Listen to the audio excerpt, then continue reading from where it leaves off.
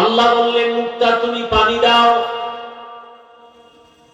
20 কোটি বর্গ mile area নিয়ে মুক্তা থেকে পানি বের হলো।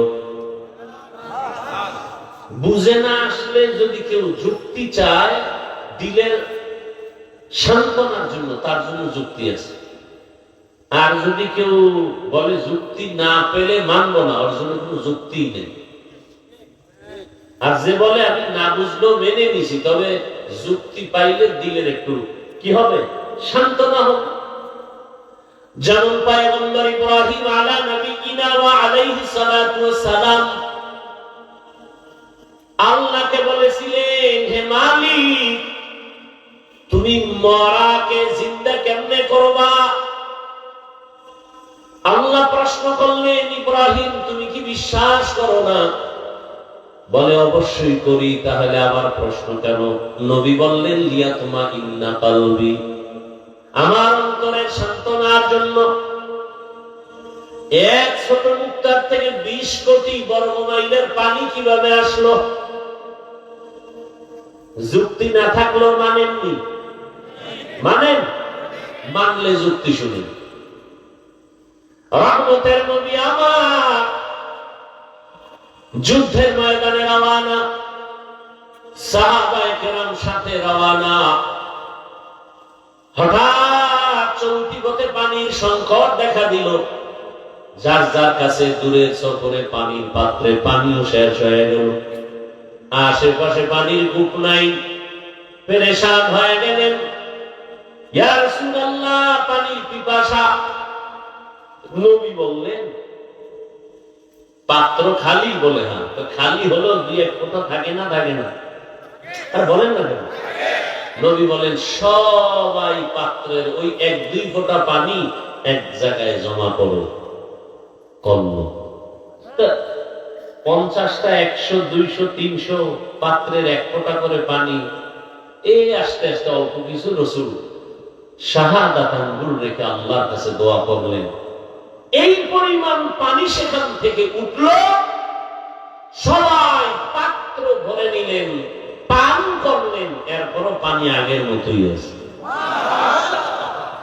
আর কুদরত তো এখনো আছে। ঝমঝম আছে না?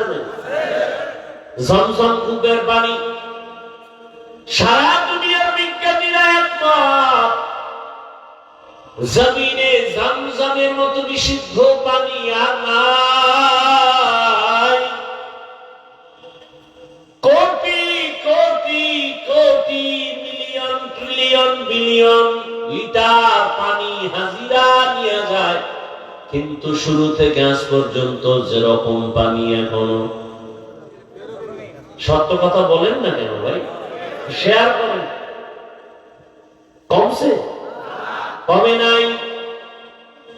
পানিটা দাঁড়িয়ে পড়েও যায় না। সাহাবায়ে কেরাম প্রশ্ন করলেন, ইয়া রাসূলুল্লাহ ও জমজম কূপের তলা কোথায়? রহমতের নবী বললেন জমজম কূপের তলা হলো হাউজে কাউসারের সাথে লাগানো। কাদের কুদরত দারি বরকামাল আনতা রব্বি আনতা হাসবি যুল জালাল তুহি কাদের জলিলুল্লাহ জাহাদা বহর হালে তুহি মেরা নেগাহদা। খারাপ লাগতেছে আপনাদের? ভাইরা আমার, তাহলে একটা মুক্তা থেকে পানি আসা এটা আল্লাহর কুদরত। আমার আল্লাহর কুদরতে অসম্ভব সম্ভব হয়ে যায়। সম্ভব কে করেন? আরো আস্তে করে বলেন। আল্লাহ পারেননি? মরা গাছে কথা বলতে পারে না, তবে আমার আল্লাহর কুদরত পারে না? পারে না? দুধের বাচ্চা কথা বলতে পারে না, কিন্তু আমার আল্লাহর কুদরতে পারে না? পারে না? পয়গম্বর ঈসা মায়ের কোলে শিশু,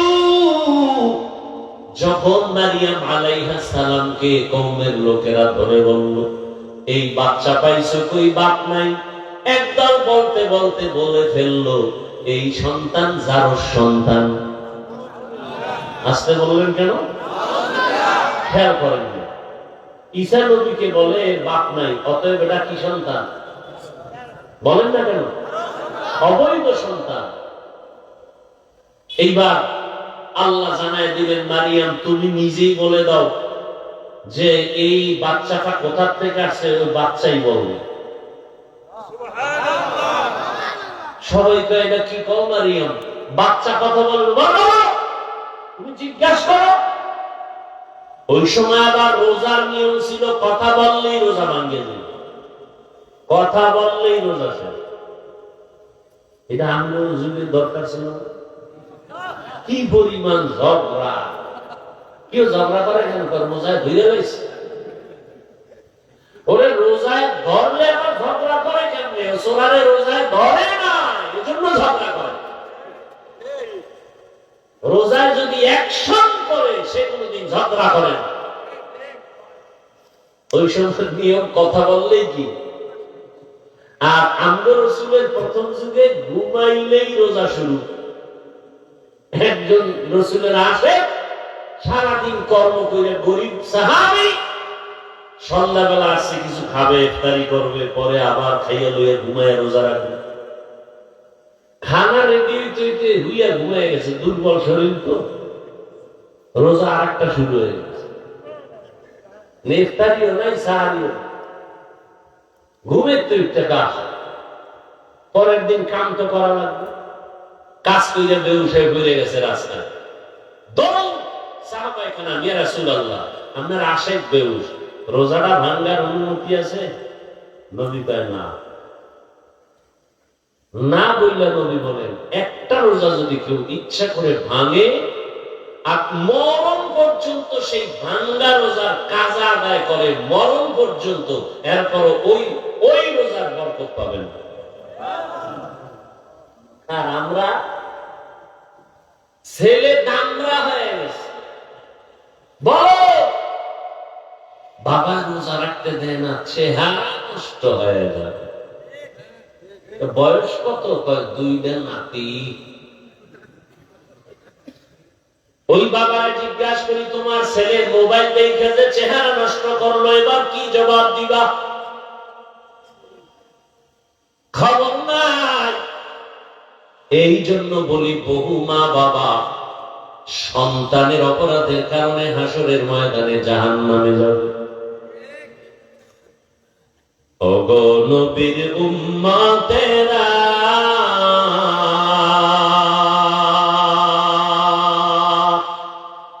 হয়ে আজি দিশাহারা, কোরআন হাদিসের চলো যখন যাহা চায় মনে, নবী বিনে কে দাঁড়াবে পুলসিরাত মিজানে, নবী বিনে কে দাঁড়াবে পুলসিরাত মিজানে, উম্মতের কান্ডারি নবী কাঁদছেন উম্মতের লাগি, এখনো কাঁদেন নবীজি শুয়ে মদিনার পানে, নবী বিনে কে দাঁড়াবে পুলসিরাত মিজানে, নবী বিনে কে দাঁড়াবে পুলসিরাত মিজানে। এর নবীর আশিক দয়াময় আল্লাহ আদমকে এখনো বানান নাই, ফেরেশতাদের নিয়ে পরামর্শে বসলেন।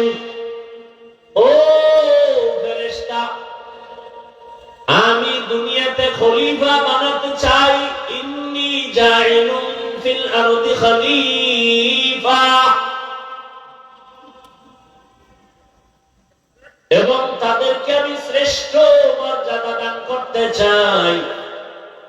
ফেরেশতারা তোমাদের কি মত? হে মালিক, যেই জাত বানাইবা তাদের আদর্শ কেমন হবে?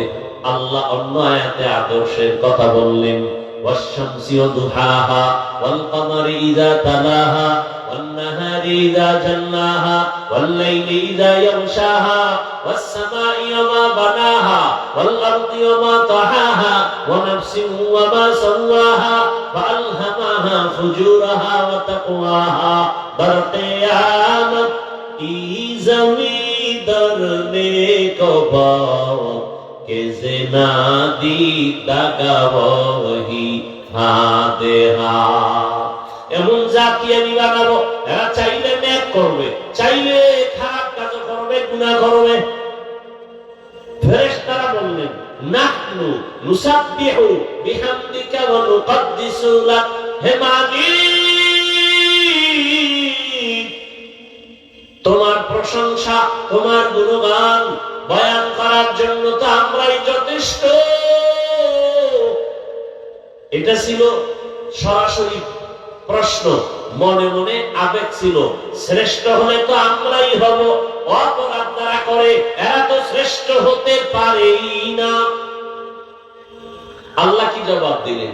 ইন্নী আ'লামু মা লা তা'লামুন।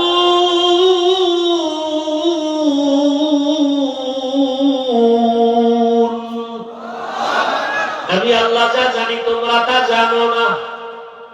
আমি আল্লাহ জানি ওদের মধ্যে শ্রেষ্ঠত্বের গুণ আছে, তোমাদের মধ্যে নাই। আল্লাহ বললেন, এবার বাস্তবে একটু তোমাদের প্রশ্নটার সমাধান করে দেই। এবার আদম আলাইহিস সালামকে আল্লাহ বানাবেন। বানানোর কাহিনীটা বলি। আদম আলাইহিস সালামকে বানাবেন, ও মুক্তার দানার থেকে পানি, আল্লাহ পানির উপরে নজর দিলেন কুদরতে।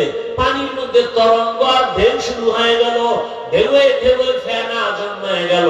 ফেনা যত গাঢ় হয়, করতে করতে উপরে একটা চামড়ার আবরণ পড়ে গেল। আল্লাহ চাইলেন, এই প্রথম মাটি চামড়া থেকে আদমরে বানাবো, যাও জিবরাইল ওখান থেকে চামড়া নিয়ে আসো। জিবরাইল আইসা অনুমতি চায়, দেয় না, খালি হাতে চলে গেল। মিকাইল যাও, ফেরত খালি। এবার ইসরাফিল ফেরত। এবার আল্লাহ আজরাইল যাও। আজরাইল আলাইহিস সালামকে যখন পাঠাইলেন, কোনো অনুমতি নাই, আয়েশা হাত দিয়ে একটা থাবা মারলেন, এমন জোরে আঘাত দিলেন, চামড়া লইয়া মাওলার দরবারে হাজির। নেন, মাওলা নিয়ে আসছি। অনুমতি কি দর্শিয়ার লয়ে দৌড়। আল্লাহ তাআলা ওখান থেকে আদমকে বানালেন। আদম, আদিম থেকে আদম। আদিম শব্দের অর্থ চামড়া। চামড়ার আরবি কি? আদিম। সেখান থেকে আদম। আল্লাহ পাক রব্বুল আলামিন পৃথিবীর এবং গ্রহের প্রথম অংশ থেকে আদমকে বানাইছেন। তাহলে এটা আমাদের জন্মভূমি, বাবা। বুঝেননি? আমগো বাবা জন্মভূমি কই? কি বলতেছি? কই? বাইতুল্লাহ। আর না, ওই বাইতুল্লাহ যেখানে না, এটা হলো পৃথিবীর মধ্যখান। ওই জায়গায় পানি, ওখানে চামড়া। ওখান থেকে আল্লাহ নিয়ে নিছেন আজরাইলের দ্বারা। সেই চামড়া থেকে আদমকে বানায়া আল্লাহ কয়, জান্নাতে ঘুমাও। এমন ঘুম দিছে, জান্নাতে আরামের ঘুম।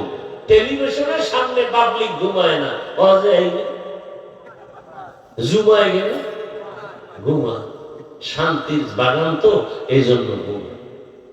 জাহান্নামের প্যান্ডেলে গেলে ঘুম দেয়। হ্যাঁ, শরীর চাঙ্গা দেয়। আদম নবী ঘুমাইলেন। আদম নবীর পৃষ্ঠের উপরে আল্লাহ কুদরতে হাত লাগাইলেন, তো পিপিলিকার ন্যায় সব রূহ আল্লাহ তৈরি করে ফেললেন এবং আম্মা জান হাওয়াকেও বানায় ফেললেন। ভাইরা আমার,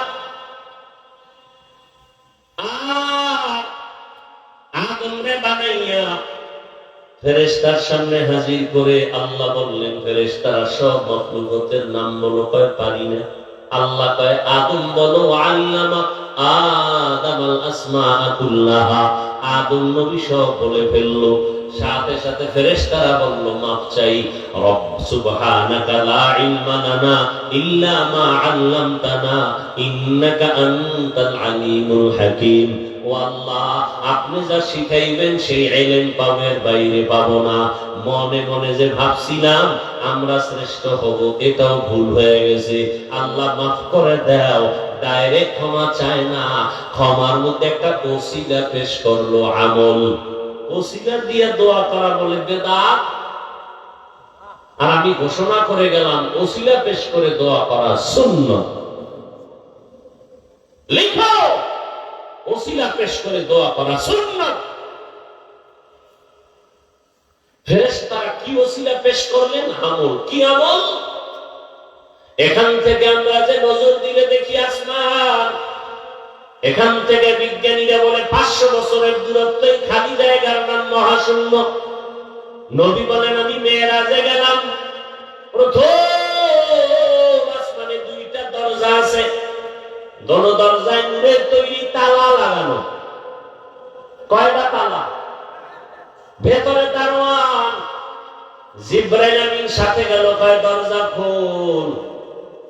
ভেতরের দারোয়ান বলে মান আনতা, কে তুমি? বলে আনা জিবরাইল, আমি জিবরাইল। আমান মাআক, তোমার সাথে কে? বলে হুয়া মুহাম্মদ সাল্লাল্লাহু। দরজা খোল।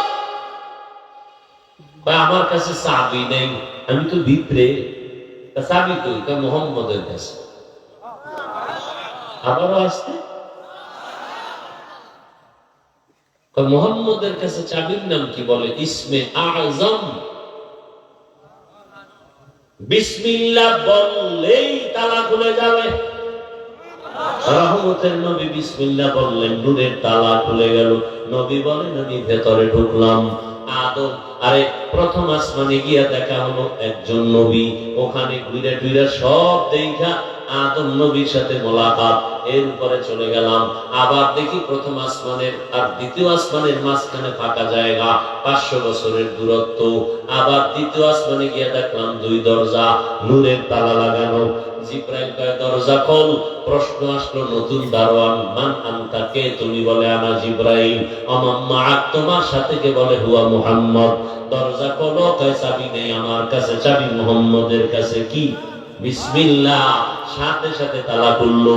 নবী বলেন এইভাবে যাইতে যাইতে যাইতে যাইতে 7 আসমানের উপরে গিয়া দেখি ওখানে একটা কাবা বানানো, নূরের কাবা, নাম হলো বাইতুল মামুর। 70,000 ফেরেশতার কাফেলা মুহূর্তে মুহূর্তে তাওয়াফ করে। আজকে যারা সিরিয়াল পাইছে, কিয়ামতের আগে আর তাদের দ্বিতীয়বার সিরিয়াল আসবে না, এত বেশি ফেরেশতা। আর আস্তে করে বলেন। এবার নবী বলেন এই বাইতুল মামুর ফেরেশতারা তাওয়াফ করে। হ্যাঁ, গিয়ে দেখলাম আমার জাতির পিতা আব্বা জান ইব্রাহিম টেক লাগাইয়া আল্লাহর তাসবিহ তাহলিলে মশগুল আছেন। ফেরেশতারা কয় হে মালিক, ও বাইতুল মামুরের তাওয়াফটাকে ওসিলা বানাইয়া ক্ষমা চাই, তুমি মাফ করে দাও। এবার আল্লাহ কয় তোদের মধ্যে গুনাহ করার স্পিরিট দূরের কথা, তোরা তো গুনাহ চিনই, এরপরেও যেহেতু স্বীকার করছো ভুল, আবার ক্ষমা চাইছো, আবার তাওয়াফের ক্ষমার ওসিলা বানাইছো, তাহলে আমি যেই গোলাম দুনিয়ায় বানায় পাঠাবো এরা তো চাইলেই গুনাহ করবে, চাইলে দাড়ি কেটে ফেলবে, চাইলেই গুনাহ করবে। এদের জন্য তো একটা আমলের ওসিলা পেশ করার ব্যবস্থা করা দরকার। আল্লাহ কয় জিবরাইল যা, ওই আদম রে যেখান থেকে নিয়ে আসি ওই জায়গা নির্দিষ্ট করে রাখ, আমি ওখানে তোমার দিয়া ঘর বানাবো বাইতুল্লাহ। আর সাক্ষী থাক ওই ঘর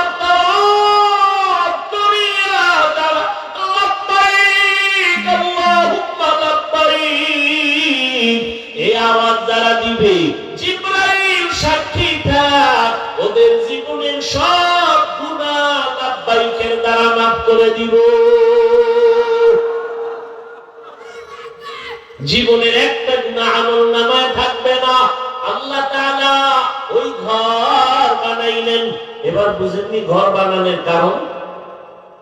বাইতুল্লাহ, ইন্না আউওয়ালা বাইতিন উযিয়া লিন-নাস, প্রথম ঘর আল্লাহ বাইতুল্লাহ বানাই। বাইতুল্লাহ বাক্কা নগরীতে বানাইছেন।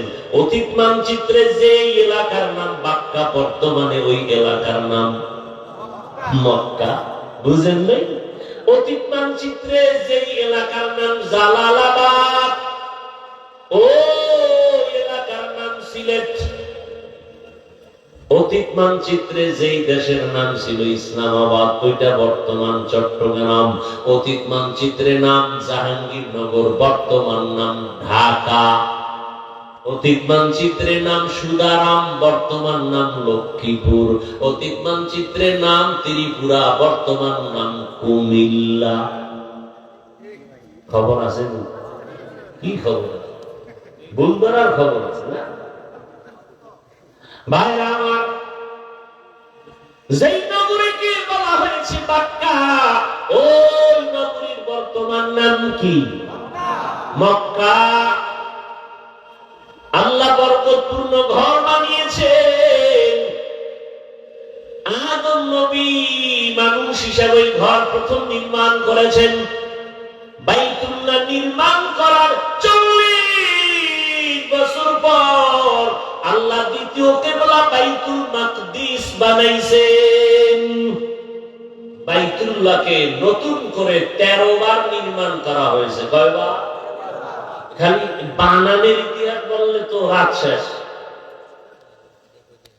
ফেরেশতা জিবরাইলের দ্বারা, আদম নবীর দ্বারা, শীষ নবীর দ্বারা, এরপরে ইব্রাহিম নবী, নূহ আলাইহিস সালাম, আদম নবী দুনিয়াতে আসার 600 বছর পর আদম নবী চলে গেলেন। মূর্তি পূজা শুরু হয়ে গেল 600 বছর পর। এইবার মূর্তি পূজা করতে থাকলো গোটা দুনিয়ার মানুষ 600 বছর। টোটাল 1200 বছর পর যখন দুনিয়ার আয়াত হলো, খালি পূজা পূজা, একটা মানুষও মূর্তি সামনে না নিয়ে পূজা করনেওয়ালা সারা কেউ নাই। আল্লাহ সেই সময় নূহ নবীকে জমিনে পাঠাইলেন। নূহ আলাইহিস সালাম 950 বছর দাওয়াত দিলেন, ঘুরে ঘুরে মূর্তি পূজা বন্ধ করো, এক আল্লাহর ইবাদত করো। মাত্র 950 বছরে 40 জন মূর্তি পূজা ছাইরা এক আল্লাহর ইবাদতের জন্য রেডি হলো। আল্লাহ জানায় দিলেন, ও নূহ, আর দাওয়াত দিয়া কাজ হবে না। এই 40 জন ছাড়া একটাও আর আমার ইবাদতে আসবে না। আল্লাহ নবী কয়, যদি না আসে তিনি মাইরা ভালো। যদি আর না আসে, 900 বছর দাওয়াত দিয়ে মাত্র 40, এরপরে তুমি আবার কয় একটাও হইতো না, তিনি মারা। আল্লাহ কোরআনে তাও বলে দিলেন, ক্বালা নূহুর রাব্বি লা তাযার আলাল আরদি মিনাল কাফিরিনা দাইয়ারা ইন্নাকা ইন তাযারহুম ইউদিল্লু ইবাদাকা ওয়া লা ইয়ালিদু ইল্লা ফাজিরান কাফারা। আল্লাহ তার মাইরালাম দোয়া কবুল, দোয়া কবুল। কিন্তু মাইরালাম যে তোর 40 জন এদিকে মারা যাইল না। আল্লাহ কয়, তাহলে একটা কিস্তি বানাও। কি বানাও? কিস্তিতে আপনারা কি করেন? এটা তওবা করেন, বলেন আস্তাগফিরুল্লাহ। আর জীবনে নৌকা কইবেন, এটাকে আওয়ামী লীগের নৌকা বলছেন। হ্যাঁ, আচ্ছা, 40 জন মুমিন। এরপরে আল্লাহ কইল, এমন একটা কিস্তি বানাও, অন্যান্য প্রাণী এক জোড়া, হাতি এক জোড়া, গরু এক জোড়া, মহিষ এক জোড়া, ছাগল এক জোড়া। বাংলাদেশের মধ্যে নৌকা পাইবেন নিয়ে 40 জন বইবেন, আর এক জোড়া হাতি, এক জোড়া মহিষ। নৌকা আছে না বাংলাদেশ? সারা দুনিয়ায় এইটা নৌকা করলেন কেন? মুখে আছে আর বইলা দিচ্ছে, এটা কি নৌকা? কি হবে? বাংলা কোন? জাহাজ। কি হবে? বলেন কি হবে? জাহাজ। বিশাল জাহাজ বানাইল, জাহাজ বানাই উঠলেন। এর ইতিহাস আপনারা জানেন। পানি বন্যা আসলো, সব শেষ, পুরা দুনিয়া শেষ, বাইতুল্লাহ জায়গায় নাই, এটার উপরে আবরণ করে কিচ্ছু নাই, সব সমান। নূহ আলাইহিস সালামের 3 সন্তান দিয়া আর 40 জন মুমিন এরাও বেঁচে থাকলো, তবে তাদের গর্ভে ঔরাসের সন্তান নাই। 3 সন্তান দিয়া পুরো দুনিয়া নতুন ভাবে আবার আবাদ হলো। হাম সাম, ইয়াফাত, তিনজন সন্তান দিয়ে নতুন করে পৃথিবী আবার আবাদ হলো। এজন্য নূহ নবীকে বলে আবুল বাশারে সানি, দ্বিতীয় আদি পিতা। দ্বিতীয় আদি পিতা। নূহ আলাইহিস সালামকে আবার আল্লাহ পাক রব্বুল আলামিন তিন সন্তান দিয়ে দুনিয়া আবাদ করাইলেন। এরপরে এর ঔরসে আল্লাহ ইব্রাহিম নবীকে পাঠাইলেন। পাঠাইয়া ইসমাইল নবীরে দিয়া আবার ওই বাইতুল্লাহ নতুন করে বানাইছে। বাইতুল্লাহ ইব্রাহিম নবী বানাইয়া ইসমাইল পাথর আগায় দেয়, আর নবী রাজমিস্ত্রি হয় পাথর উপরে দাঁড়ায় দাঁড়ায় বাইতুল্লাহর দেওয়াল নির্মাণ করে। নির্মাণ করার পরে অবশিষ্ট পাথর থেকে গেল। আল্লাহ তাআলা বলেন পৃথিবী নামক পানির জমিনটারে পাহাড় দিয়া প্যারাক মারছে। প্যারাক বুঝেন তো, লড়ে না পানি, লড়াছাড়া বন্ধ, প্যারাক মারো। পৃথিবীতে প্রথম প্যারাক মারলো কি দিয়া বলেন না কেন? লিখে রাখবেন, প্রথম পৃথিবীর পাহাড়ের নাম জাবালে আবু কুবাইস, বাইতুল্লাহর পাশে জাবালে। এই পাহাড় দিয়ে প্যারাক মারলেন। ইব্রাহিমকে বললেন যাও, ওটা জাবালে আবু কুবাইস না পাহাড়টার পাশে? আরে আর কি আছে? পাহাড় আছে আর রাখতে কথা না না, এই বাইতুল্লাহর পাশে জাবালে আবু কুবাইস। আর কোন পাহাড় আছে? এর পাশে হলো সাফা মারওয়া, এর পাশে সাফা মারওয়া। আল্লাহ বললেন যাও ওখানে যাও। ইব্রাহিম আযিন লিন্নাস ফিল হজ, হজের এলান দাও। লাভ কি? তোমার এই এলান আওয়াজ যারা শুনবে তারা হজ না করে মরবে না। কত দূর যাইব? 3 কিলো। আওয়াজ দেওয়ার দায়িত্ব তোমার, পুরা পৃথিবীতে আওয়াজ পৌঁছাইয়া দেওয়ার দায়িত্ব আমার। ইব্রাহিম নবী আওয়াজ দিলেন পুরা দুনিয়া, কেন মুফাসসিরিনে কেরাম বলেন মায়ের গর্ভে যে বাচ্চা ছিল ওর কানেও আল্লাহ আওয়াজ পৌঁছায় দিয়েছে। রূহের জগতে যারা ছিল তাদের কাছে আওয়াজ পৌঁছায় দিয়েছেন। এবং আল্লাহ ঘোষণা দিয়েছেন যারা আওয়াজ শুনে লাব্বাইক বলেছে ওরা বাইতুল্লাহর দেওয়াল না ধইরা মরবে না। হজ করতে মন চায়? বেশি বেশি দেরি টানবেন খালি গাড়ি। কি নামাজ ছাড়া কি আল্লাহ হজে নেবে? টাকার বাহাদুরি করেন না, 5 ওয়াক্ত নামাজ পড়েন, ইশরাক করেন, আল্লাহর কাছে দোয়া করেন, দেখবেন আল্লাহ কবুল করবে। টাকা লাগবে না। কে কয় টাকা লাগবে? আল্লাহ কুদরতের অভাব আছে না? কত রিকশাওয়ালা হজ করে আসে না? আরে অভাব নাই। নামাজ পড়ে আল্লাহর কাছে কান্না করেন।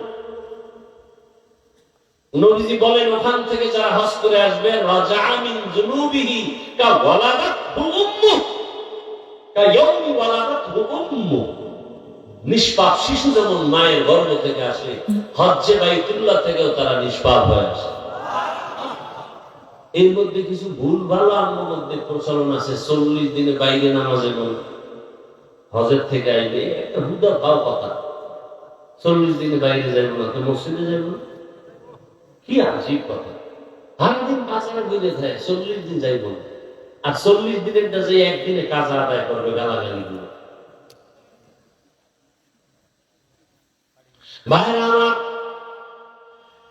পর্দা লাগালেন মা বোনেরা, যুবক বাবারা, বৃদ্ধ বাবাজি, ও বাইতুল্লাহ জিয়ারতের জন্য 5 ওয়াক্ত নামাজ। আপনি ডাক্তার হলে হজ করার জন্য রেডি হয়ে যান। ডাক্তার হলো কপাল খুলে যাবে। ইঞ্জিনিয়ার হন, প্রফেসর হন, এমপি মন্ত্রী হন, ওসি ডিসিএসপি হন, আল্লাহর ঘর জিয়ারতের জন্য প্রথম আপনি 5 ওয়াক্ত নামাজ পড়েন। ইশরাক করে আল্লাহর কাছে দোয়া করেন। ও আম্মা জানেরা, এখন সময় আছে, আপনার মতো কত মা নামাজ পড়ে পর্দা করে, আপনারা পারেন না কেন? ও যুবক বাবা, তোমার মতো যুবক স্কুল কলেজে পড়ে, নামাজি অভাব নাই, তুমি পারো না কেন? ডাক্তার, প্রফেসর, ইঞ্জিনিয়ার, নামাজি অভাব নাই, পারো না কেন রে বাবা? ও ব্যবসায়ীরা দোকানদারি করেন, নামাজ পড়তে কেন পারেন না? আপনার মতো কত ব্যবসায়ী নামাজ ছাড়ে না, গাড়ি চালায়, নামাজ ছাড়ে না। আল্লাহর কাছে তওবা করেন। জীবনে গুনাহ তো কম করেন নাই, হাতের গুনাহ, চোখের গুনাহ, জবানের গুনাহ, অন্তরের গুনাহ, মোবাইলের মাধ্যমে গুনাহ, কত